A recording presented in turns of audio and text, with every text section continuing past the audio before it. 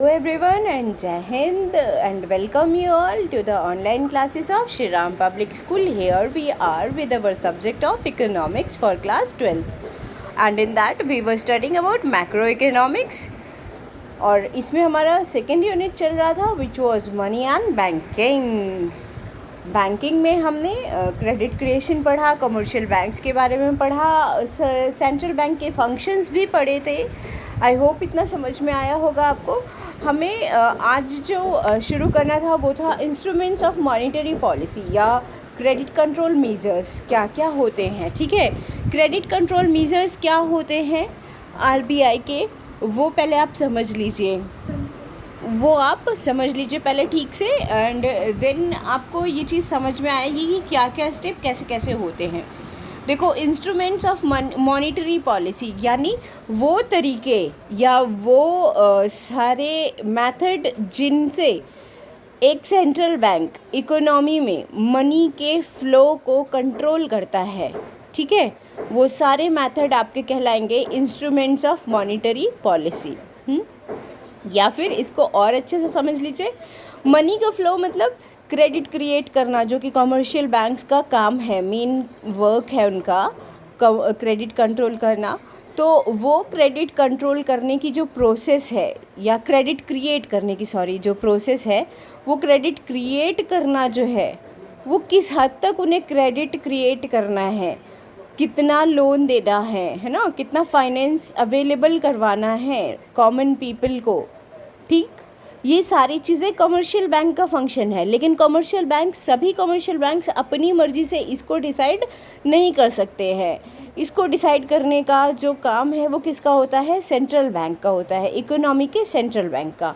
तो credit control measures में आपके वो सारे उपाय, वो सारे आपके तरीके आ जाएंगे जिनसे आप मनी के सर्कुलेशन को मार्केट में, ओपन मार्केट में मनी के सर्कुलेशन को कंट्रोल करते हो. ठीक है, अब आपसे मतलब यहाँ सेंट्रल बैंक ओपन मार्केट में मनी के सर्कुलेशन को जिन भी तरीक़ों से कंट्रोल करता है, वही तरीके या वही मेथड आपके इंस्ट्रूमेंट्स ऑफ मॉनेटरी पॉलिसी या फिर क्रेडिट कंट्रोल मेजर्स कहलाते हैं. आई होप इतना आपको समझ में आया होगा. Now let's proceed further. First method है आपका क्वांटिटेटिव क्रेडिट कंट्रोल मेजर्स, यानी वो तरीके जिनसे आप मनी की क्वांटिटी को इफ़ेक्ट कर सकते हो, मनी की क्वांटिटी को मार्केट में इफ़ेक्ट कर सकते हो, कम कर सकते हो या ज़्यादा कर सकते हो मनी के फ़्लो को डायरेक्टली. ठीक है, तो ये हो गए आपके क्वांटिटेटिव क्रेडिट कंट्रोल मेजर्स या फिर कह लीजिए जनरल कंट्रोल मेजर्स. हाँ, तो इसमें फर्स्ट जो तरीका है, फर्स्ट मेथड जो दिया हुआ है वो है बैंक रेट पॉलिसी. अब देखो, अब समझने की कोशिश करो. आरबीआई है आपका सेंट्रल बैंक, हाँ, central bank of Indian economy. ठीक, हाँ, और कमर्शियल बैंक्स, एक इकोनॉमी में जितने भी कमर्शियल बैंक्स होते हैं उन सबको हम एक ही मानते हैं, अलग अलग नहीं होते हैं वो, और एक मानकर उनके लिए एक पॉलिसी बनाई जाती है. कहीं कोई डिफ्रेंशिएशन नहीं होता कि फ़ला बैंक का इंटरेस्ट रेट आपको कम मिलेगा या फ़ला बैंक का ज़्यादा मिलेगा, ऐसा कुछ आपको नहीं मिलेगा.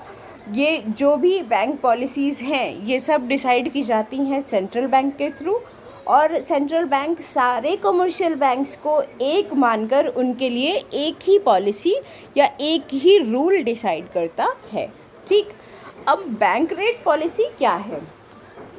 कमर्शियल बैंक्स अपने ट्रेडिंग प्रोसीजर को कंटिन्यू रखने के लिए और क्रेडिट और ज़्यादा बनाने के लिए, ठीक है, क्रेडिट क्रिएशन प्रोसेस को स्मूथ रखने के लिए कई बार क्या करते हैं, सेंट्रल बैंक से लोन लेते हैं, लॉन्ग टर्म लोन. ठीक है, क्या होता है, लॉन्ग टर्म लोन. हाँ, तो ये लॉन्ग टर्म लोन जो है ये रहे. अब ये लॉन्ग टर्म लोन्स जो भी हैं वो कौन दे रहा है, आरबीआई दे रहा है. हाँ, यानी सेंट्रल बैंक दे रहा है. और किसको दे रहा है कमर्शियल बैंक्स को. ठीक, बैंक रेट पॉलिसी क्या है, जिस इंटरेस्ट रेट पर आरबीआई कमर्शियल बैंक को लोन दे रहा है, ध्यान दीजिएगा, लॉन्ग टर्म लोन दे रहा है, वो क्या कहलाएगा आपका, वो इंटरेस्ट रेट कहलाएगा बैंक रेट. यहाँ बैंक क्यों कहा गया है वो ध्यान दे दीजिए, क्योंकि यहाँ बैंक टू बैंक ट्रेडिंग चल रही है। Bank to bank, okay. यहाँ क्या है, सेंट्रल बैंक है, और ये क्या है, कॉमर्शियल बैंक है ना। सेंट्रल बैंक की तरफ से किसको दी जा रही है, किसको दिए जा रहे हैं ये long term loan, commercial banks को दिए जा रहे हैं। तो इस तरह से क्या है, RBI long term loan commercial bank को जिस इंटरेस्ट रेट पर दे रहा है वो इंटरेस्ट रेट कहलाएगी आपकी बैंक रेट पॉलिसी। अब ये बैंक रेट पॉलिसी होती क्या है भाई, सीधी सी बात है, अगर ये इंटरेस्ट आपका अगर ये इंटरेस्ट जो है जो कि कमर्शियल बैंक पे करेगा लॉन्ग टर्म लोन के बदले में सेंट्रल बैंक को, ठीक है, अगर ये कम होगा, ठीक, अगर ये कम होगा तो कमर्शियल बैंक को अपनी अर्निंग का कम हिस्सा आरबीआई को देना होगा। एज अ रिज़ल्ट इनके पास फंड्स जो हैं वो ज़्यादा होंगे, यहाँ कमर्शियल बैंक के पास फंड्स जो है वो क्या हो जाएंगे, ज़्यादा हो जाएंगे, और क्रेडिट क्रिएशन पॉलिसी जो है ये क्या हो जाएगी, बढ़ जाएगी, ठीक है।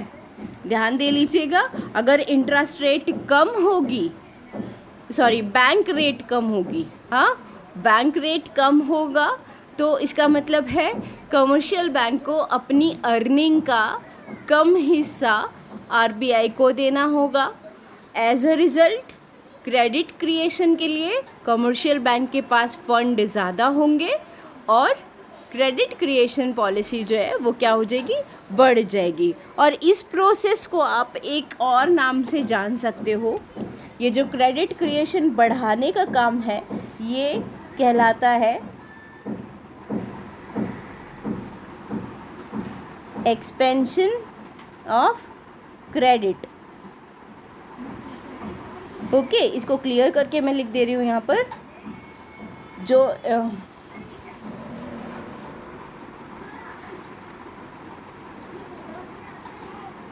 increase in credit creation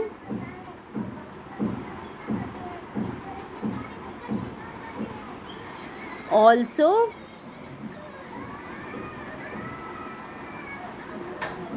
called as expansion of credit. यहाँ पर क्रेडिट क्या हुआ है, एक्सपेंड हुआ है। अगर क्या हो रही है, बैंक रेट पॉलिसी कम हो रही है, ध्यान रखिएगा, बैंक रेट कम हो रही है तो क्रेडिट एक्सपेंशन होगा। इसके जस्ट अपोजिट अगर ये बैंक रेट क्या हो जा रही है, बढ़ जा रही है, अगर ये बैंक रेट बढ़ जा रही है, अब क्या होगा, कमर्शियल बैंक को अपनी अर्निंग का ज़्यादा हिस्सा आरबीआई को देना होगा, ठीक है, ये बढ़ने के केस में। हाँ, तो ज़्यादा हिस्सा अगर अर्निंग का कमर्शियल बैंक ने आरबीआई को दे दिया तो कमर्शियल बैंक के पास फंड क्या बचे, कम बचे। अब जो ये क्रेडिट क्रिएशन की प्रोसेस थी ये क्या हो जाएगी, कम हो जाएगी, ठीक है। तो यहाँ पर एक इन्वर्स रिलेशनशिप काम करता है बैंक रेट पॉलिसी में। तीन चीज़ें ध्यान देने वाली बात है। बैंक रेट इसको इसलिए कहा जाता है क्योंकि ये बैंक टू बैंक ट्रेडिंग का काम है, यहाँ पर बैंक टू बैंक, यहाँ कॉमन पीपल के लिए कोई लोन अवेलेबिलिटी नहीं है, ठीक है, इसलिए ये बैंक रेट पॉलिसी है। जो इंटरेस्ट कमर्शियल बैंक आरबीआई को दे रहा है वो आपका बैंक रेट कहा जाता है, जिस रेट पर वो इंटरेस्ट पे कर रहा है। अगर ये कम होगा तो क्रेडिट क्रिएशन ज़्यादा होगा, अगर ये ज़्यादा होगा तो क्रेडिट क्रिएशन कम होगा। That is your first step और first measure of credit control. Now proceed toward further, proceed toward next one. Instrument of monetary policy में सेकंड आ गया आपका रेपो रेट और रिवर्स रेपो रेट पॉलिसी।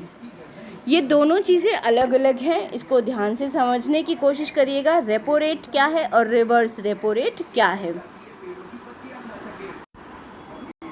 तो पहले हम देखते हैं रेपो रेट क्या होती है। हाँ, और रेपो रेट क्या होती है, यहाँ पर देखिए रेपो रेट से मतलब होता है वो इंटरेस्ट रेट जो कि आरबीआई चार्ज करता है कमर्शियल बैंक से। ठीक है, क्यों चार्ज करता है? शॉर्ट टर्म लोन के बदले में। Bank rate long term loan से रिलेटेड थी और repo rate short term loan से रिलेटेड है। शॉर्ट टर्म लोन जो भी आरबीआई से कमर्शियल बैंक ले रहे हैं, ठीक, उसके बदले में जो वो इंटरेस्ट पे कर रहे हैं, वो इंटरेस्ट रेट आपकी क्या कहलाती है? रेपो रेट कहलाती है। ठीक, अब यहाँ रेपो रेट में अगेन वही बैंक रेट वाला ही पूरा रिलेशनशिप होगा। अगर ये रेपो रेट क्या होगी? बढ़ी हुई होगी, तो as a result commercial bank को अपनी अर्निंग का ज़्यादा हिस्सा किसको देना होगा? सेंट्रल बैंक को देना होगा। ठीक है, अब सेंट्रल बैंक को ज़्यादा हिस्सा देने पर क्या होगा? क्रेडिट क्रिएशन प्रोसेस जो है आपकी वो क्या हो जाएगी? कम हो जाएगी। ठीक है, इसके जस्ट अपोजिट अगर रेपो रेट कम होगी तो अपनी अर्निंग का कम हिस्सा बैंक जो है वो क्या करेगा? कमर्शियल बैंक किसको देगा? सेंट्रल बैंक को देगा, है ना। तो अब कम हिस्सा अगर कमर्शियल बैंक दे रहा है आरबीआई को, तो as a result credit creation के लिए फ़ंड की अवेलेबिलिटी क्या हो जाएगी? ज़्यादा हो जाएगी, और बैंक कमर्शियल बैंक्स जो हैं वो ज़्यादा लोगों को लोन अवेलेबल करवा पाएंगे। ठीक, तो इस तरह से मनी के फ़्लो को मार्केट में कंट्रोल करने के हमने दो तरीके पढ़ लिए। फर्स्ट वन हो गया बैंक रेट, जहाँ पर लॉन्ग टर्म लोन पर मिलने वाले रेट को, इंटरेस्ट रेट को कंट्रोल करता है आरबीआई। ठीक है, अगर वो इंटरेस्ट रेट कम करेगा तो एक्सपेंशन ऑफ क्रेडिट होगा, अगर वो इंटरेस्ट रेट ज़्यादा करेगा तो कॉन्ट्रैक्शन ऑफ क्रेडिट होगा। ठीक, और सेम जो प्रोसेस है वो अप्लाई करते हैं रेपो रेट पर, लेकिन रेपो रेट होती क्या है? Interest charged by the central bank from commercial bank in leave of short term loan. ठीक है, या फिर कह लीजिए interest charged by central bank against short term loan from the commercial banks. तो ये हो गई आपकी इंटरेस्ट रेट। अब रिवर्स रेपो रेट पॉलिसी क्या है? दो चीज़ें इस स्टेप में हैं। पहला आपने रेपो रेट हो गया, समझ लिया होगा आई थिंक आपने। रिवर्स रेपो रेट क्या है? इसका जस्ट अपोजिट। हाँ, अगर ये जो कमर्शियल बैंक की जगह लोन जो लेने वाला है वो कौन हो जाए? सेंट्रल बैंक हो जाए। ठीक है, यानी सेंट्रल बैंक लोन ले रहा है और कमर्शियल बैंक लोन दे रहे हैं। ठीक है, अब इसको रेपो रेट वाले सिस्टम को रिवर्स कर दीजिए। ठीक, यानी अब इंटरेस्ट कौन देगा? अब इंटरेस्ट देगा सेंट्रल बैंक। किसको देगा? कमर्शियल बैंक को। ठीक है, सेंट्रल बैंक देगा और किसको देगा? कमर्शियल बैंक को देगा इंटरेस्ट। हाँ, तो अब यहाँ पर अगर ये इंटरेस्ट रेट कम होगी तो बैंक की अर्निंग क्या हो जाएगी? कम हो जाएगी। यहाँ पर एकदम पॉजिटिव रिलेशनशिप है दोनों के बीच में, रिवर्स रेपो रेट में और कमर्शियल बैंक की क्रेडिट क्रिएशन प्रोसेस में। ठीक है, देखो अगर सेंट्रल बैंक कम रिवर्स रेपो रेट रखता है तो कमर्शियल बैंक्स की अर्निंग क्या हो जाएगी? कम हो जाएगी। As a result credit creation भी क्या हो जाएगा? कम हो जाएगा। ठीक है, इसके जस्ट अपोजिट अगर central bank reverse repo rate को बढ़ा देता है, इंक्रीज़ कर देता है, तो कमर्शियल बैंक्स की अर्निंग बढ़ जाएगी और फिर क्रेडिट क्रिएशन भी क्या हो जाएगा? आपका बढ़ जाएगा। ठीक है, इसी चीज़ को डायग्रामेटिकली समझ लीजिए। आई होप फिर आपको अच्छे से समझ में आ जाएगा। देखो रेपो रेट में यहाँ पर क्या है? रेपो रेट यानी आरबीआई के थ्रू दिए हुए short term loan commercial banks को। ठीक है, अब अगर ये इंटरेस्ट रेट होगी ज़्यादा तो क्रेडिट क्रिएशन होगा कम। इन्वर्स है रिलेशनशिप, ठीक है। अगर ये क्रेडिट क्रिएशन अगर ये इंटरेस्ट रेट यानी रेपो रेट होगी कम, तो ये क्रेडिट क्रिएशन होगा ज़्यादा और ज़्यादा लोगों को लोन अवेलेबल हो पाएगा। आई होप इतना आपको समझ में आया होगा। यहाँ पर क्या काम करता है, यहाँ पर इन्वर्स या अपोजिट रिलेशन वर्क करता है, ठीक है। नेक्स्ट वाले पर आ जाइए, रिवर्स रेपो रेट पर। रिवर्स रेपो रेट में क्या है, अब लोन कौन दे रहा है, कमर्शियल बैंक। किसको लोन दे रहे हैं, सेंट्रल बैंक को, ठीक है। तो इंटरेस्ट कौन देगा, सेंट्रल बैंक देगा। किसको देगा, कमर्शियल बैंक को। अब अगर ये इंटरेस्ट रेट यानी रिवर्स रेपो रेट कम होगी, ये दे रहा है कम, तो कमर्शियल बैंक की अर्निंग क्या हो जाएगी, कम, और क्रेडिट क्रिएशन भी क्या हो जाएगा, कम, ठीक है। यानी लोन अवेलेबिलिटी कम हो गई, ठीक है। इसके जस्ट अपोजिट अगर ये बढ़ा दे रहा है रिवर्स रेपो रेट को, तो यहाँ पर कमर्शियल बैंक की अर्निंग भी क्या हो जाएगी, बढ़ जाएगी।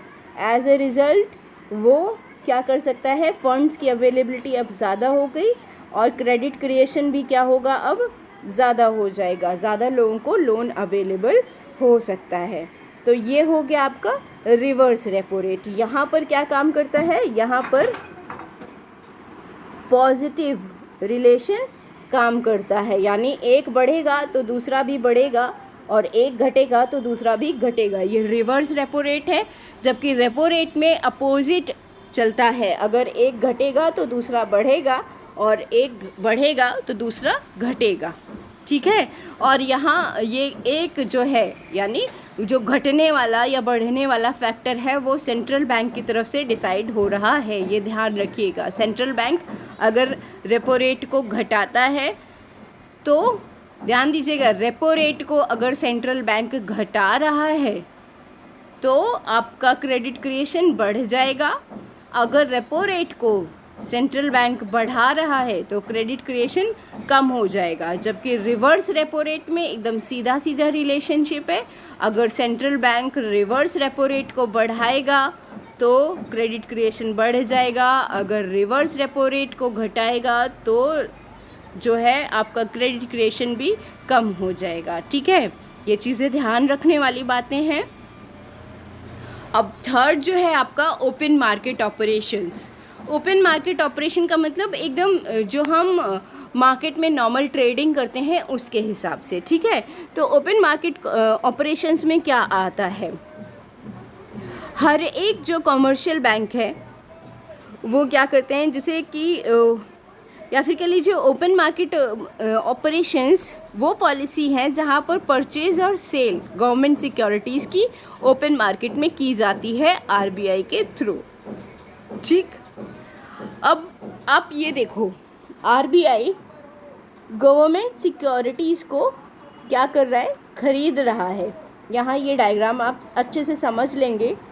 कमर्शियल बैंक्स हैं, कमर्शियल बैंक के थ्रू ही सिक्योरिटीज़ की ट्रेडिंग होती है, ये तो आपको पता ही होगा, कैश में होती नहीं है, ठीक है। तो कमर्शियल बैंक से अगर आरबीआई को ओपन मार्केट से सिक्योरिटीज़ का बाइंग एंड सेलिंग करना है, मतलब ट्रेडिंग करना है, तो ऑब्वियसली चैनल कौन बनेगा, ओपन मार्केट बनेगा, ठीक है, सॉरी कमर्शियल बैंक बनेगा। अब कमर्शियल बैंक से अगर वो सिक्योरिटीज़ को खरीद रहे हैं, सिक्योरिटीज़ खरीद रहे हैं, तो खरीदने के बदले में वो कमर्शियल बैंक को क्या देंगे, मनी देंगे, है ना। मनी दिया तो कमर्शियल बैंक की इनकम क्या हो गई, बढ़ गई। अब अगर ये बढ़ गई तो ऑब्वियसली क्रेडिट क्रिएशन क्या हो जाएगा, ज़्यादा हो जाएगा। यहाँ रिजल्ट में दिया हुआ है can lend more to public, यानी लोगों को अब ज़्यादा उधार मिल सकता है, ठीक है। इसके जस्ट अपोजिट आ जाइए सेलिंग वाले प्रोसेस पर। सेलिंग वाले प्रोसेस में क्या है, आरबीआई यानी सेंट्रल बैंक जो है वो क्या कर रहा है, गवर्नमेंट सिक्योरिटीज़ को बेच रहा है। तो बेचने के केस में क्या होगा, मनी किसको मिलेगा, वापस आरबीआई को मिलेगा, है ना। कमर्शियल बैंक ही तो पे करेगा उसको, ठीक।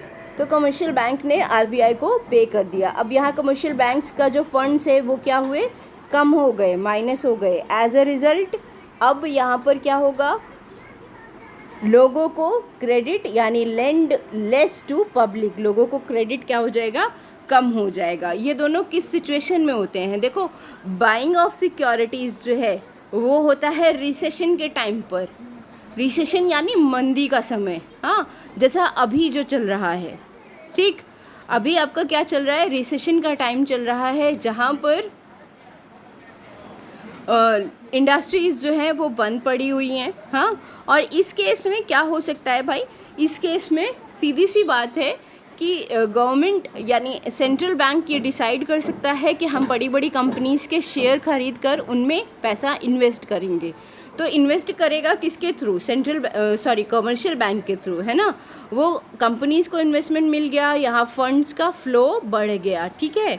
और इसके जस्ट अपोजिट जब मार्केट नॉर्मल कंडीशन में आ जाए, इन्फ्लेशन हो रहा है, ठीक है, डिक्रीजिंग मनी सप्लाई, इन्फ्लेशन हो रहा है, यानी कि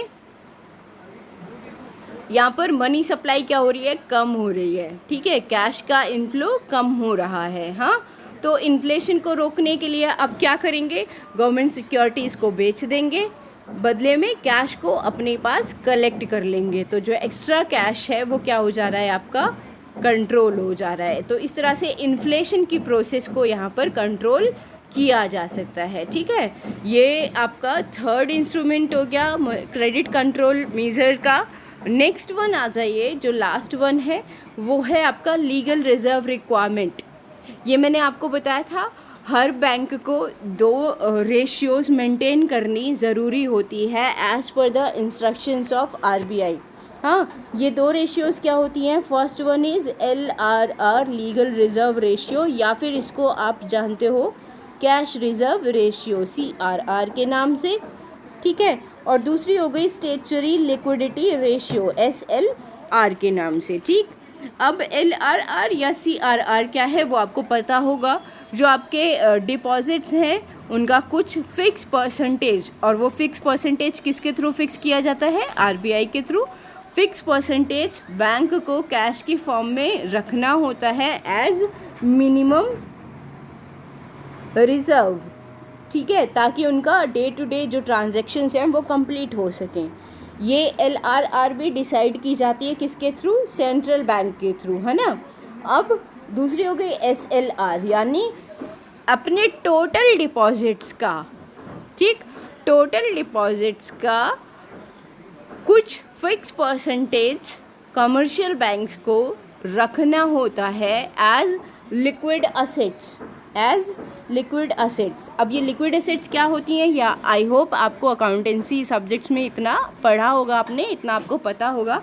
तो ये SLR क्या है भाई, लिक्विड असेट्स में इन्वेस्ट किया हुआ है बैंक ने, ताकि कभी भी ज़रूरत पड़े एक्स्ट्रा फंड्स की तो हम इन लिक्विड असेट्स को लिक्विडिफाई करके कैश में कन्वर्ट कर सकें, ठीक है। तो अब ये क्या है, देखो CRR अगर ज़्यादा होगा, अगर ये इंक्रीज़ होगा, हाँ, तो फिर क्या हो जाएगा, जो क्रेडिट क्रिएशन है यानी कमर्शियल बैंक का जो डिपॉजिट्स का ज़्यादा हिस्सा है वो CRR में डिपॉजिट हो जाएगा, और लोन के तौर पर उनके पास कम अमाउंट बचेगा, यानी क्रेडिट क्रिएशन फिर क्या हो जाएगा, कम हो जाएगा, ठीक है।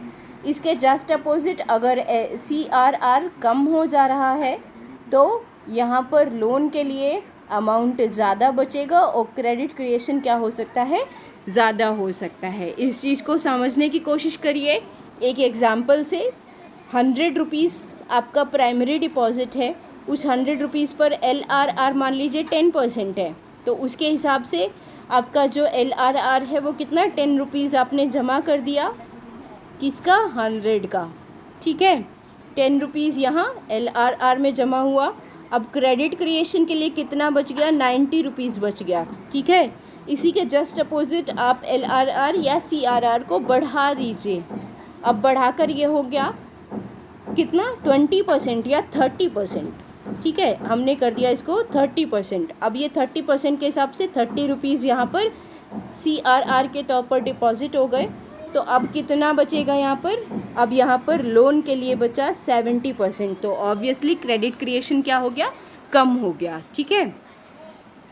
और इसी के सेम रिलेशन आपका SLR में भी है। इसमें भी अगर ये कम होगा तो क्रेडिट क्रिएशन ज़्यादा होगा, अगर ये ज़्यादा होगा तो क्रेडिट क्रिएशन कम होगा। इसको यहाँ डायग्राम के हिसाब से समझने की कोशिश करिएगा ज़रा।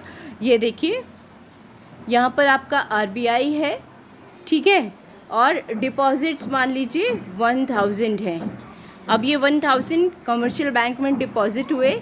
अब अगर आपका जो ये लीगल रिजर्व रिक्वायरमेंट्स हैं ये अगर 150 हैं, ठीक है, तो यहाँ पर कितना बच रहा है लोन? हमने एक लमसम अमाउंट के हिसाब से 800 रख लिया। क्यों? क्योंकि 50 रुपीज़ जो हैं वो लिक्विड एसेट्स के तौर पर यहाँ पर SLR के फॉर्म में रखा हुआ है और CRR आपने 150 दे दिया। तो 150 + 50 200 रुपीज़ बैंक ने अपने पास रख लिए और 800 क्या कर दिया? लोन के तौर पर इसको अगेन किसी पर्सन को लोन इशू कर दिया, यानी क्रेडिट क्रिएट कर दिया। अब इसी को समझ लो, अगर ये यहाँ 150 से इंक्रीज़ होकर 200 हो जा रहा है और ये 50 से इंक्रीज़ होकर 100 हो जा रहा है, तो आपका 300 रुपीज़ तो यहीं रुक गया, यहीं पर डिपॉजिट हो गया। अब यहाँ लोन के लिए कितना बचेगा? 1000 माइनस 300 कितना बचेगा? ये बचेगा 700। तो अब क्रेडिट क्रिएशन क्या हो गया? कम हो गया। यही चीज़ है आपकी लीगल रिजर्व रिक्वायरमेंट्स में, ठीक है। यानी यहाँ पर भी क्या काम करता है? यहाँ पर भी पॉजिटिव रिलेशन काम करता है। यहाँ पर इन्वर्स रिलेशन वर्क करेगा, यानी अपोजिट रिलेशन। अपोजिट का मतलब एक घटेगा तो दूसरा बढ़ेगा, यानी एक का मतलब ये लीगल रिजर्व रिक्वायरमेंट्स घटेंगी तो क्रेडिट क्रिएशन जो है वो क्या होगा? बढ़ जाएगा, ठीक है।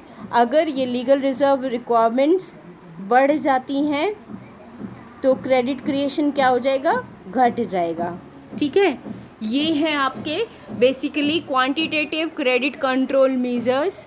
और ये सारे मेजर्स अगर आप आजकल के जो फाइनेंस मिनिस्ट्री के डिसीजंस हैं जो कि कोविड-19 के पेंडेमिक को लेकर लिए जा रहे हैं, रेगुलरली फाइनेंस मिनिस्टर हमारे जो हैं वो अनाउंस कर रहे हैं इन सब चीज़ों को।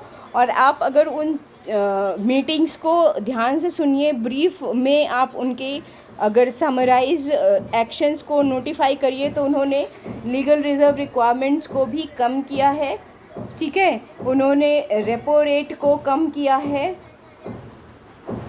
उन्होंने रिवर्स रेपो रेट को बढ़ाया है। और एनी हाउ कुछ भी करके आजकल जो फाइनेंस मिनिस्ट्री के जितने भी स्टेप्स हैं वो किसी भी तरह से ये करने की कोशिश में हैं कि मार्केट में मनी का फ़्लो जो है वो बढ़ जाए, यानी क्रेडिट क्रिएशन को बढ़ाने के लिए फ़िलहाल हमारा सेंट्रल बैंक स्टेप्स ले रहा है, ठीक है। आगे जब सब कुछ रेगुलराइज फॉर्म में हो जाएगा तो हो सकता है कि फिर इसको कंट्रोल करने के लिए, वापस से कम करने के लिए फिर स्टेप्स लिए जाएं, ठीक है। इन सब चीज़ों को प्रैक्टिकल फॉर्म में आप लेटेस्ट ये फाइनेंस मिनिस्ट्री के डिसीजंस के हिसाब से या सेंट्रल बैंक के डिसीजंस के हिसाब से ऑब्जर्व कर सकते हो, उसको समझ सकते हो। एक बारी आप करने की कोशिश करिएगा और मेरे ख्याल से I hope that you people would have understood all these things of today's lecture. Still if you have any doubt तो आप डिस्कस कर सकते हो in your evening doubt clearing session. That's all for today. Thank you and have a good day.